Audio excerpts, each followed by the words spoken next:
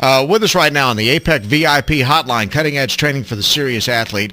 APECGo.com, the results show when the athlete hits the field. With us right now from 1310 The Ticket in Dallas for our weekly visit is Donovan Lewis. How you doing, Donnie? I am fantastic, man. How are you? Doing terrific. We were sitting there looking at this list of the top 25 oddball interview questions for jobs. Okay. For 2013. And at Clark Construction Group, they asked potential employees, a penguin walks through that door right now wearing a sombrero. What does he say and why is he here? Oh, my God. How would you answer that? Man, I don't know. Where'd you get your tub? You know? I don't know. I don't know what I would ask. Obviously, I'm in the wrong place, and I'm going to move along now. Thank you. Right, like, man. All right, here's one for you. What songs best describe your work ethic? Taking care of business. Oh, listen to you, man. You're on top of it. How about that, huh? I said sexual healing. Nobody's buying that one around here, though. You know. Yeah, what job are you applying for? Well, let's just let it go. Yeah, okay, all right. That's another thing. Mama may be listening. Right, yeah, Mama may be listening. We just need to let this go. All right.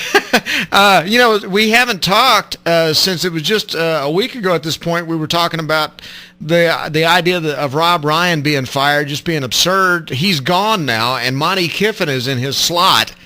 What the heck happened? Man, I believe that, when Jerry Jones said that he's going to make life uncomfortable. Yeah. And things were going to happen and there are going to be changes. He had a list in his mind, okay? He sat down and he thought about the changes that would make the biggest ripple at Valley Ranch. Yeah. So at the number one spot was general manager, and he laughed and he said, I'm not going to fire myself. Then number two on that list was head coach. And he thought, well, you know what, injuries and all these other things, this is my boy, I handpicked him. He thinks he has the next bright young mind in football. Okay, we're not going to change that. He looked next on this list, and he had quarterback. And he thought about it, and he said, you know what, if we get rid of Romo, then Kyle Orton may have to start this season, or we have to go get someone else that's maybe not as good as Romo, so let's not do that. And next on the list was defensive coordinator. And you know what he said? Hey, you can get another defensive coordinator to come in here. If I do this, then everyone knows that I'm serious and I'm going to make changes. And I think that's what he did. He just looked on the list and saw that defensive coordinator would make a ripple because you're getting rid of Rob Ryan, and he said, all right, let's do that. 500 defensive coordinators could come in here and coach this team, right? Sure, that's exactly what I'm surprised he didn't say that. Wow. And maybe try to name himself or something. I don't know. No, but it's I believe he had to do something. There's no way he could sell this whole entire team coming back as is to probably the fans, the team, or himself. So he thought that he had to do something, and the one thing that will make a little noise, and it made noise, was getting rid of Rob Ryan. Well, he got rid of him, and then he came back with, octogenarian Monty Kiffin. I got no problem with his age. I mean, but what do you think about the hire? I'm with you. I don't have any problem with his age at all. I do have a little concern about what he's putting out there on the table. And you know what? The Tampa 2 is fantastic when you have Sapp getting after the quarterback and Eric Brooks running side to side and Rondé Barber on the outside. It's great. It makes it seem like you know what you're doing. But when you have a defense that can't get pressure on the quarterback, that's the whole essence of the Tampa 2. You have to get pressure with your front four because you're going to need everyone else back in coverage filling out these holes in the zone. So that's the epitome of the Tampa 2. And if they can't get anyone to come in here and rush the quarterback, then it's going to look like a crazy hire because the Tampa 2 is not going to work.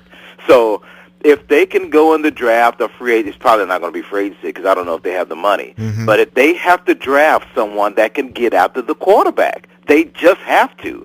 And, with DeMarcus Ware solely playing an end and getting after the quarterback, will that help?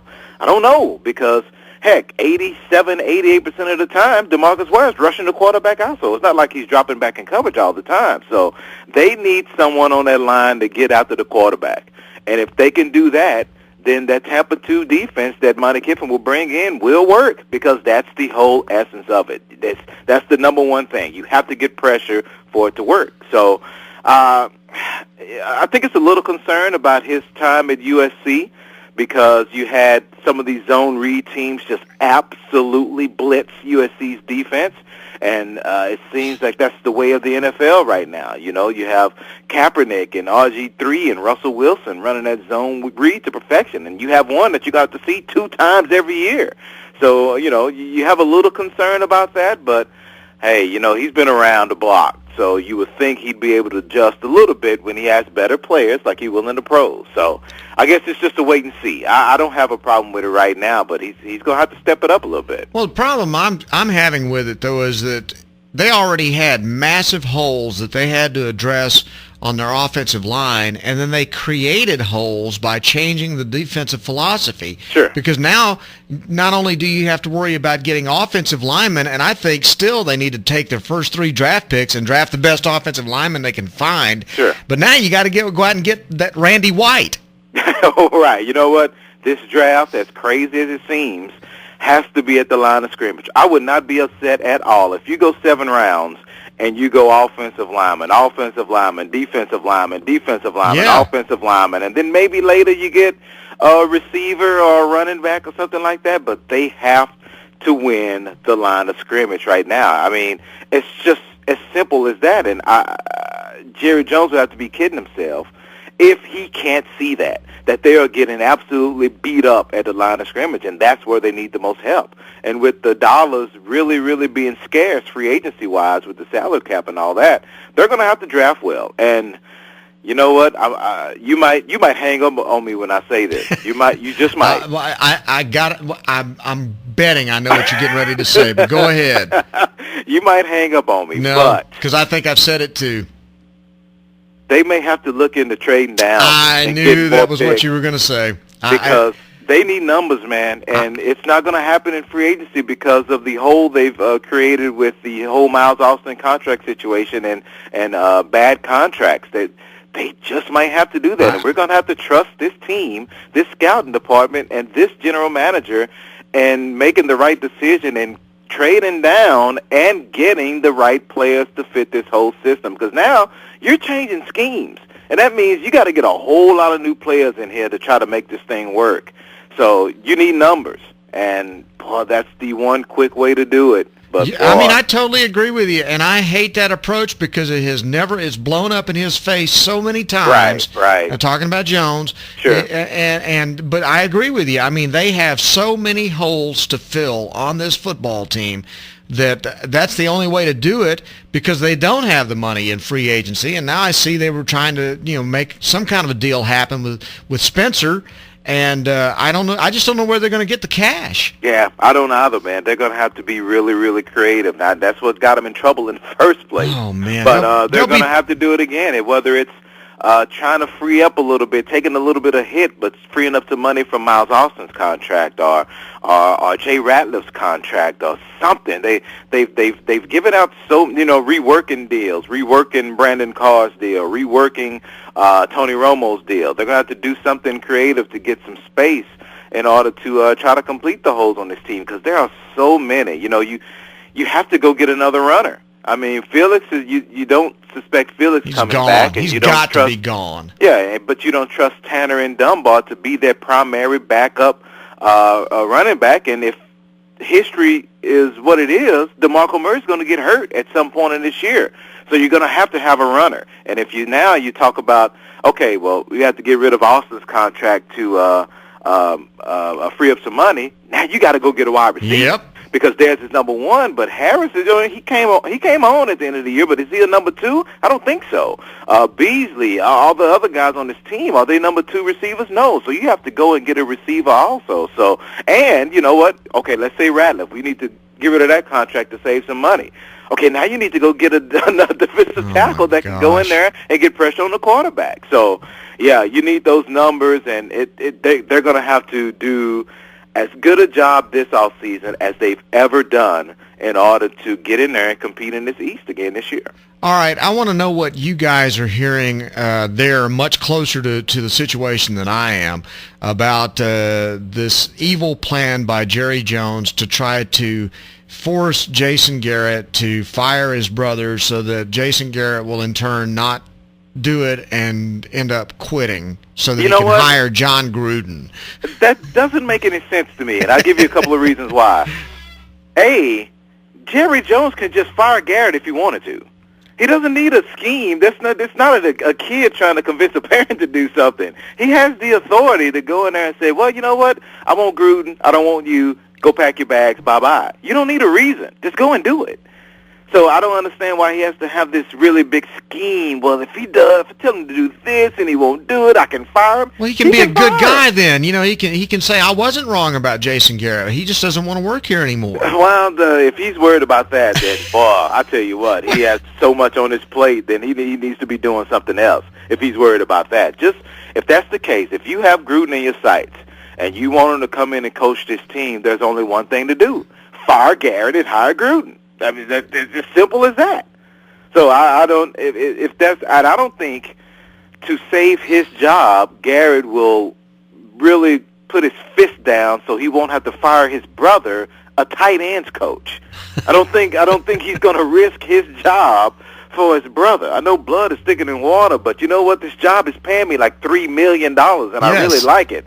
So how about this? You can go out there and find another gig. There are a lot of NFL teams, a lot of college teams, you can go find a job somewhere. So I just don't believe in the conspiracy theory that that's the case. He can go in there and do whatever he wants. He's the owner and general manager of this team if he feels like he can. So well, here's the other conspiracy theory. We know Joe DeCamillis is not going to be the Bears head coach, and now Joe says, hey, okay, I'd be interested in being the special teams coach there. So at what point did Jerry pull him off to the side and say, you know, if you can find another job, maybe, you know, just saying, you know. I mean, seriously. Yeah, I know. Just like you said before, I mean, if you don't want him here, why don't you just fire him? Right, and that's the truth. I don't know. And you know what? I have another conspiracy theory with this DeCamillis deal, and it's kind of bad, and I hope I don't come off the wrong way when I say this, but that incident that happened with the tornado and the tent and DeCamillis breaking his neck, it's almost like he has a job for life here in Dallas. I think you're right. It's agree almost with like you. Jerry Jones is like, you know what, I can't fire this cat because this cat went through so much with this practice facility that, man, that's going to look really, really awful. And that'll be the headlines, you know. Cowboys fire special teams coach, who had his neck broken at the practice facility when that tornado came, you know, and all that stuff. So if he's thinking about bad press and he doesn't want to be the bad guy, he surely is not going to fire DeCamillis.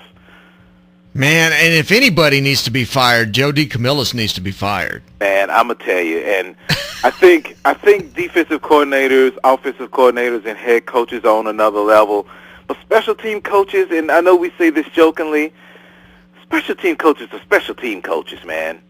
You might have a few of them that are really, really special and can really turn something around, but the majority of them, you bring in one and say, you know what, I want you to run this scheme. Okay, all right, I got it. And he'll try to run that scheme and do it to the best of his ability. I just don't see the really special... You see what I'm saying? Yeah, I listen, just think they're a dime a dozen. All I can say is what I've seen in their special teams in the last 4 years, I mean... Any other coach would have been fired. Thank you. That's why I always think that it's just that whole thing with what happened to him and how it is that he probably will not get fired unless it's just absolutely atrocious. And it has been. Yeah. It's been really, really bad. Terrible. And he can't lose his job. So, you know, does that have something to do with it? I don't know, but it just seems that way. All right, I just see something here on Twitter that John Garrett apparently has applied for the Delaware head coaching job. I'm telling you, somebody's taken him off to the side and said, hey, if you can get a job, you know. Right. I mean, you know, Delaware is a really nice place to be around up to about October. I'm telling you, you will really love it up there.